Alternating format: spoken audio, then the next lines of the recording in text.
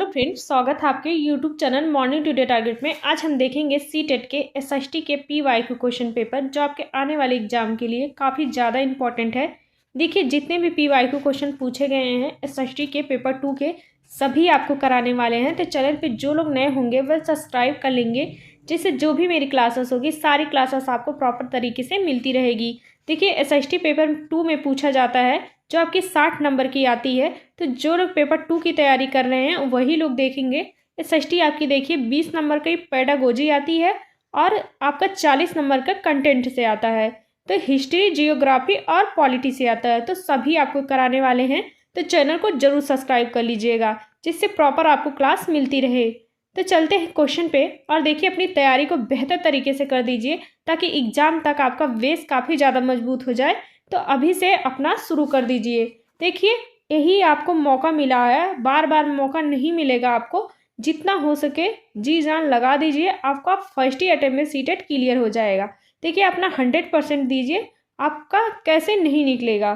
तो जितना हो सके क्वेश्चन प्रैक्टिस कीजिए, अच्छे से तैयारी कीजिए। तो चलते हैं क्वेश्चन पे और देखिए 30-35 से क्वेश्चन है लगभग में। तो बताइएगा अपना स्कोर, आपने कितने क्वेश्चन सही किए हैं।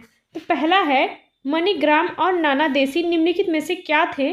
तो मणिग्राम और नाना देसी निम्नलिखित में से क्या थे, तो वह हो जाएगा यहाँ पे इसका 4 आंसर सही हो जाएगा। दक्षिण भारत के प्रसिद्ध व्यापारी संघ थे। तो यहाँ पे इसका 4 आंसर सही हो जाएगा। और देखिए, डेली सीडीपी की क्लासेस चल रही हैं सीडीपी की। तो चाहे पेपर 1 वाले हैं चाहे पेपर 2 वाले हों, दोनों लोग देखिएगा, क्योंकि सीडीपी आपकी देखिए चाहे पेपर 1 में हो चाहे पेपर 2 में हो, दोनों में सेम पूछी जाती है। तो चलते हैं क्वेश्चन पे। नेक्स्ट क्वेश्चन है, भारत द्वारा निम्नलिखित में से किस शासन प्रणाली को अपनाया गया था। तो भारत द्वारा निम्नलिखित में से किस शासन प्रणाली को अपनाया गया था, वह हो जाएगा यहाँ पे इसका तीसरा ऑप्शन सही हो जाएगा, संसदीय और संघीय। भारत में शासन प्रणाली जो अपनाई गई थी वह संसदीय और संघीय प्रणाली अपनाई गई थी। तो यहाँ पे इसका तीसरा ऑप्शन सही हो जाएगा। नेक्स्ट क्वेश्चन है, ग्रहों के निम्नलिखित समूहों में से किस समूह के चारों ओर छल्ले होते हैं। तो ग्रहों के समूह में किस समूह के चारों ओर छल्ले होते हैं, तो वह हो जाएगा इसका 4 आंसर सही हो जाएगा, शनि, बृहस्पति, यूरेनस के। तो चारों ओर छल्ले होते हैं, यहाँ पे इसका 4 आंसर सही हो जाएगा। नेक्स्ट क्वेश्चन है, निम्नलिखित में से कौन काकोरी कांड से संबंधित नहीं है। तो इसमें से बताना है कि कौन काकोरी कांड से संबंधित नहीं है। तो वह हो जाएंगे भगत सिंह, जो काकोरी कांड से संबंधित नहीं है। नहीं तो आपके तीनों यहाँ पे हो जाएंगे जो काकोरी कांड से संबंधित हो जाएंगे। जो नहीं है वह इसका फर्स्ट आंसर सही हो जाएगा। नेक्स्ट क्वेश्चन है, कौन सा उद्योग विश्व का प्राचीनतम उद्योग है। तो कौन सा उद्योग विश्व का प्राचीनतम उद्योग है, वह हो जाएगा कपास वस्त्र उद्योग विश्व का प्राचीनतम उद्योग हो जाएगा। यहाँ पे इसका दूसरा ऑप्शन सही हो जाएगा। निम्नलिखित क्षेत्रों में से किसमें चिनकू स्थानीय पवन चलती है। इसमें से बताना है किसमें चिनकू स्थानीय पवन चलती है, वह हो जाएगा यहाँ प्रेरीज में। यहाँ इसका फर्स्ट आंसर सही हो जाएगा। नेक्स्ट क्वेश्चन है, ऋग्वेद में गंगा और यमुना नदी के नाम आया है। तो ऋग्वेद में गंगा और यमुना नदी के नाम किस बार आया है, तो वह हो जाएगा यहाँ पे एक बार आया है। तो यहाँ पे इसका दूसरा ऑप्शन सही हो जाएगा। नेक्स्ट क्वेश्चन है, लोकसभा के लिए कितने सदस्य मनोनीत हो सकते हैं, वह हो जाएगा यहाँ पे पहला आंसर सही हो जाएगा, एक भी नहीं। तो यहाँ पे फर्स्ट आंसर सही हो जाएगा। देखिए, जितने भी क्वेश्चन करवा रहे हैं सारे आपके प्रीवियस ईयर के क्वेश्चन है पूछे गए हैं। तो एक भी क्वेश्चन मिस मत करिएगा, क्योंकि सारे इंपॉर्टेंट है। नेक्स्ट क्वेश्चन है, खनिजों के संदर्भ में निम्नलिखित में से कौन सा कथन सही नहीं है। तो इसमें से बताना है खनिजों के संदर्भ में कौन सा कथन सही नहीं है। तो इसका राइट आंसर यहाँ पे हो जाएगा, यहाँ पे तीसरा ऑप्शन सही हो जाएगा, पूरे स्थान में समान बराबर रूप से फैले होते हैं, जो आपका खनिज के बारे में सही नहीं है। तो इसका तीसरा ऑप्शन सही हो जाएगा। नेक्स्ट क्वेश्चन है, निम्नलिखित में से वायुमंडल की कौन सी परत वायुयान उड़ाने के लिए आदर्श मानी जाती है। तो कौन सी वायुमंडल की परत वायुयान उड़ाने के लिए आदर्श मानी जाती है, वह हो जाएगा यहाँ पे समताप मंडल हो जाएगा। इसका फर्स्ट आंसर यहाँ पे सही हो जाएगा। नेक्स्ट क्वेश्चन है, समय क्षेत्र पर दिए गए ए बी सी कथनों पर विचार कीजिए और सही उत्तर का चयन कीजिए। पहला है, कुछ देशों का देशांतरी विस्तार अधिक होता है जिसके कारण वहाँ एक से अधिक मानक समय अपनाए गए हैं, तो पहला बिल्कुल सही हो जाएगा। दूसरा है, पृथ्वी को एक एक घंटे वाले 24 समय क्षेत्र में बांटा गया है, तो आपका दूसरा भी सही हो जाएगा। तीसरा है, प्रत्येक समय क्षेत्र 15 देशांतर तक क्षेत्रों में घेरता है। यहाँ पे देखिए, यहाँ पे तीनों ऑप्शन सही हो जाएगा। इसका राइट आंसर यहाँ पे फर्स्ट आंसर सही हो जाएगा, ए बी सी सभी सही हो जाएगा। नेक्स्ट क्वेश्चन है, भारत में राज्य के राज्यपाल की नियुक्ति कौन करता है? तो भारत में राज्य के राज्यपाल की नियुक्ति कौन करता है? तो भारत के राष्ट्रपति। यहाँ पे इसका तीसरा ऑप्शन सही हो जाएगा। नेक्स्ट क्वेश्चन है, एम्फोरा एक था, तो एम्फोरा क्या था? तो वह था, यहाँ पे तीसरा ऑप्शन सही हो जाएगा। एम्फोरा एक था जो लंबा एवं दोनों तरफ हत्थे लगा जाड़ था, तो यहाँ पे इसका तीसरा ऑप्शन सही हो जाएगा। देखिए, जितने भी क्वेश्चन करवा रही हूँ सारे इंपॉर्टेंट है, तो एक भी क्वेश्चन मिस मत करिएगा।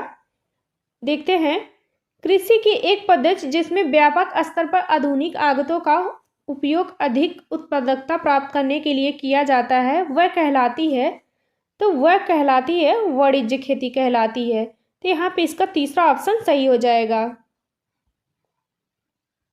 नेक्स्ट क्वेश्चन है, समुद्रगुप्त की निम्नलिखित में से कौन सी ऐसी नीति थी जो विशिष्ट रूप से दक्षिणापथ शासकों के लिए थी? तो वह हो जाएगा यहाँ पे फर्स्ट आंसर सही हो जाएगा। इन्होंने पराजय स्वीकार की और इन्हें पुनः शासन करने के लिए अनुमति दी गई थी। यहाँ पे इसका फर्स्ट आंसर सही हो जाएगा।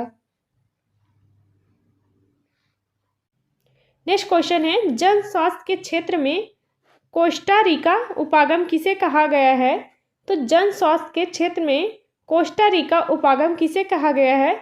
तो वह हो जाएगा, इसका राइट आंसर यहाँ पे 4 आंसर सही हो जाएगा। सैन्य बल ना रखना ताकि जन स्वास्थ्य पर ज़्यादा खर्चा किया जा सके, तो यहाँ पे इसका 4 आंसर सही हो जाएगा। नेक्स्ट क्वेश्चन है, ए और बी कथनों पर बौद्ध महायान के संदर्भ में विचार कीजिए और सही उत्तर का चयन कीजिए। तो पहला है, बौद्ध धर्म के इस रूप में बुद्ध की उपस्थितियां कुछ संकेतों का उपयोग करते हुए मूर्तियों में दिखाई गई। देखिए, आपका पहला गलत हो जाएगा क्योंकि कुछ संकेतों में नहीं दिखाई गई थी, पूरी मूर्तियां ही बनाई गई थी, इसलिए यहाँ पे पहला गलत हो जाएगा। और दूसरा है, महायान बौद्ध के आने के साथ ही बोधिसत्व में विश्वास समाहित हुआ, तो यहाँ पे इसका दूसरा ऑप्शन सही हो जाएगा, पहला गलत हो जाएगा। तो इसका राइट आंसर यहाँ पे हो जाएगा, तीसरा ऑप्शन सही हो जाएगा, एक गलत हो जाएगा, बी सही हो जाएगा। नेक्स्ट क्वेश्चन है, भूदान आंदोलन किसने प्रारंभ किया था? तो भूदान आंदोलन किसने प्रारंभ किया था? तो विनोबा भावे ने किया था। इसका दूसरा ऑप्शन यहाँ पे सही हो जाएगा। नेक्स्ट क्वेश्चन है, कन्नौज पर लंबे समय तक त्रिपक्षीय संघर्ष किन 3 राजवंशों के बीच चला था? तो वह हो जाएगा यहाँ पे पाल, राष्ट्रकूट और गुज्जर प्रतिहार। यहाँ पे इसका दूसरा ऑप्शन सही हो जाएगा। नेक्स्ट क्वेश्चन है, तमिलनाडु के चिंगलेपुर जिले में उत्तरामेरु के शिलालेख में निर्धारित नियम के कारण निम्नलिखित में से कौन सभा के सदस्य नहीं बन सकते थे? तो वह हो जाएगा यहाँ पे इसका दूसरा ऑप्शन सही हो जाएगा, वे जिन्होंने अपना हिसाब किताब नहीं दिया था। तो यहाँ पे इसका दूसरा ऑप्शन सही हो जाएगा। नेक्स्ट क्वेश्चन है, खाद्य सुरक्षा के संदर्भ में निम्नलिखित में से कौन सा कथन सत्य है? तो इससे से बताना है कि खाद्य सुरक्षा के संबंध में कौन सा कथन सही है, तो वह हो जाएगा, इसका 4 आंसर सही हो जाएगा। खाद्य सुरक्षा बनी रहती है जब सभी व्यक्तियों के लिए सभी समय पर्याप्त, सुरक्षित तथा पौष्टिक खाद्य पदार्थ की सुविधा में उपलब्ध हो। तो यहाँ पे इसका 4 आंसर सही हो जाएगा।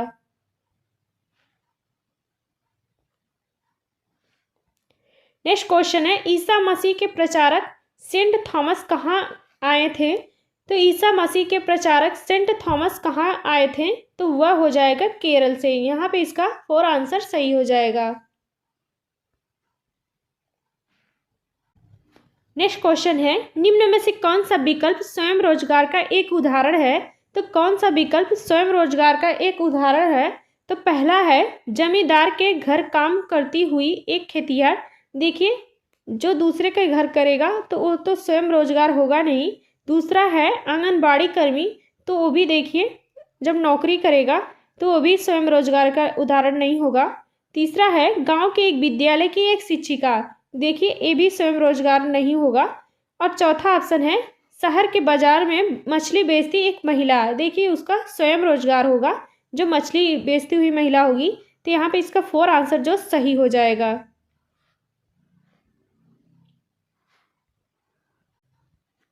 नेक्स्ट क्वेश्चन है 18वीं शताब्दी के अंतिम चरण में बम्बई, मद्रास और बंगाल प्रेसिडेंसियों का विकास ईस्ट इंडिया कंपनी के किन व्यापारिक केंद्रों से हुआ था? तो वह हो जाएगा, इसका दूसरा ऑप्शन सही हो जाएगा, सूरत, मद्रास और कलकत्ता से हुआ था। तो इसका दूसरा ऑप्शन यहाँ पे सही हो जाएगा। नेक्स्ट क्वेश्चन है निम्नलिखित में से किसे भारत का राष्ट्रीय जलीय जीव कहा जाता है? तो किसे भारत का राष्ट्रीय जलीय जीव कहा जाता है? वह हो जाएगा डॉल्फिन गैंगटिका को। यहाँ पे इसका राइट आंसर सेकेंड ऑप्शन सही हो जाएगा।